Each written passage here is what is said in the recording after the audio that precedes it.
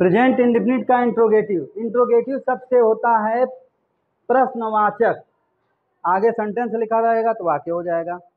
प्रश्नवाचक हम पढ़ेंगे। प्रश्नवाचक क्या होता है? दो तरह का होता है, सभी को मालूम होगा।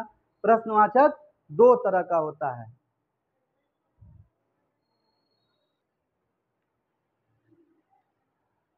तो प्रश्नवाचक क्या होता है? दो तरह का होता है।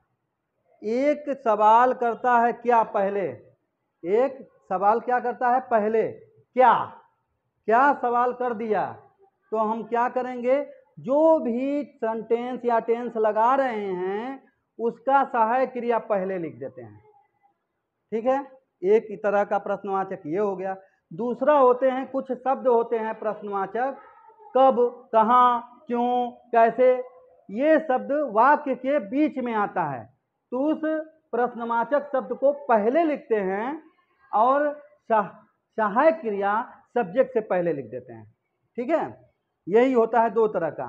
अब ज्यादातर जो प्रश्नवाचक शब्द होते हैं वो क्या होता है, W से शुरू होता है, W से शुरू होता है, यानी WH रहता है। समझ में आ रही बात? तो अब हम लिखेंगे इसकी पहचान, प्रेजेंट इंडेफिनिट या इंटरोगेटिव की पहचान। पहचान क्या होगा, ये पहले लिखवा चुके हैं इसलिए रहने दे रहे हैं। जिस वाक्य के अंत में ता है, ती है, तुम हो आदि जैसे शब्द आए उसे प्रेजेंट टेंस कहते हैं। ये पहचान हो गई। अब इंट्रोगेटिव में हम नियम लिखेंगे। नियम नंबर 1, क्या।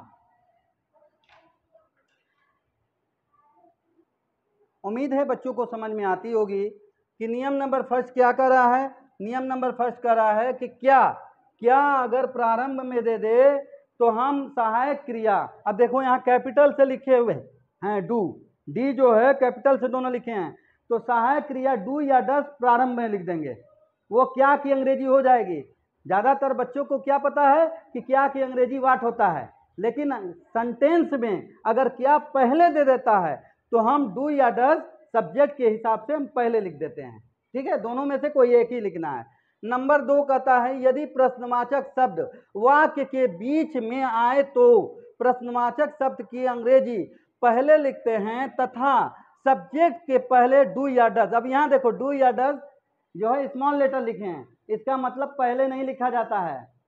पहले तो हम प्रश्नवाचक शब्द लिख दिए, उसके बाद लिखेंगे तो डी कैपिटल नहीं होनी चाहिए, डी अब स्मॉल हो जानी चाहिए। ये ध्यान दिया करो लिखने में। बहुत से बच्चे क्या होंगे, प्रश्नवाचक वाट लिख दिए फिर उसके बाद डू तो डी कैपिटल लिख देंगे तो वो रॉन्ग हो जाता है। तब स्मॉल लिखना है, एकदम प्रारंभ में लिखेंगे सेंटेंस के तब कैपिटल लिखा जाता है। नियम नंबर 3, यदि नकारात्मक, इंट्रोगेटिव में भी नकारात्मक शब्द आते हैं, तो यदि नकारात्मक उसमें आ जा रहे हैं तो सब्जेक्ट के बाद नॉट का यूज करते हैं, सब्जेक्ट के बाद नॉट का यूज करते हैं। नियम नंबर 4, मेन वर्ब का फर्स्ट फॉर्म लिखते हैं। Have you any problem, write down. देखिए हमने एक शब्द और बताना ये भूल गए, छोटी सी है लेकिन बहुत बड़ी है। इंट्रोगेटिव की एक पहचान ये भी होती है कि लास्ट में प्रश्नवाचक शब्द बने होते हैं, क्वेश्चन मार्क बने होते हैं। क्वेश्चन मार्क कैसा होता है ये, ठीक है, ऐसे बनकर लग रहा है कि दादाजी के घर जा रहे हैं, ठीक है ना। तो अगला अब देखिए W फॉर क्या होता है, प्रश्नवाचक शब्द, WH लिखा जाता है, W शॉर्ट में लिख दिए हैं। उसके बाद डू या डस प्रयोग करेंगे।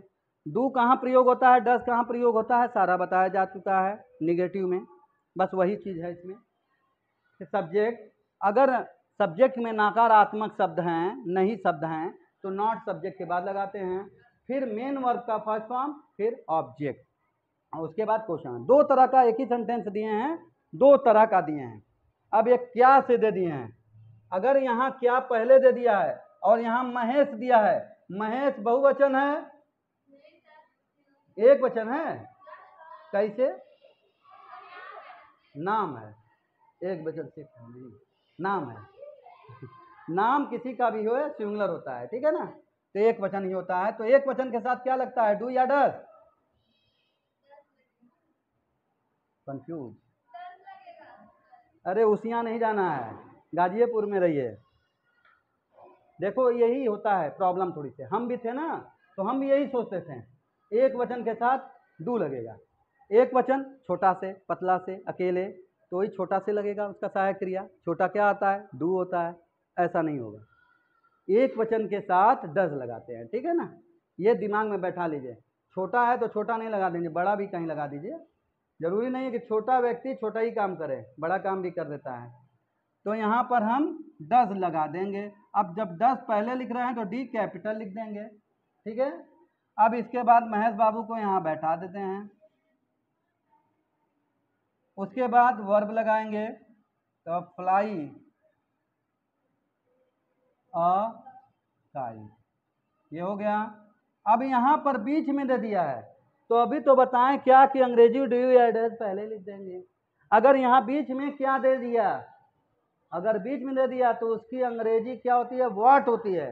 अब व्हाट को पहले लिखेंगे, यही नियम नंबर 2 में है। यदि प्रश्नवाचक शब्द वाक्य के बीच में आए तो उसकी अंग्रेजी सबसे पहले लिखते हैं, फिर सब्जेक्ट से पहले डू या डज लिखते हैं। तो हम इसकी व्हाट यहाँ की अंग्रेजी लिख देंगे और सब्जेक्ट से पहले, ये नाम है एक वचन है तो does Mahesh fly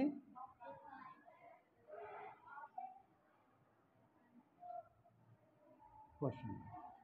have you any problem? English की सबको प्रॉब्लम होती है, बोलने में, समझने में, वर्ड मीनिंग याद करने में, उसको आप बाहर फेंकिए और इसको लगाइए।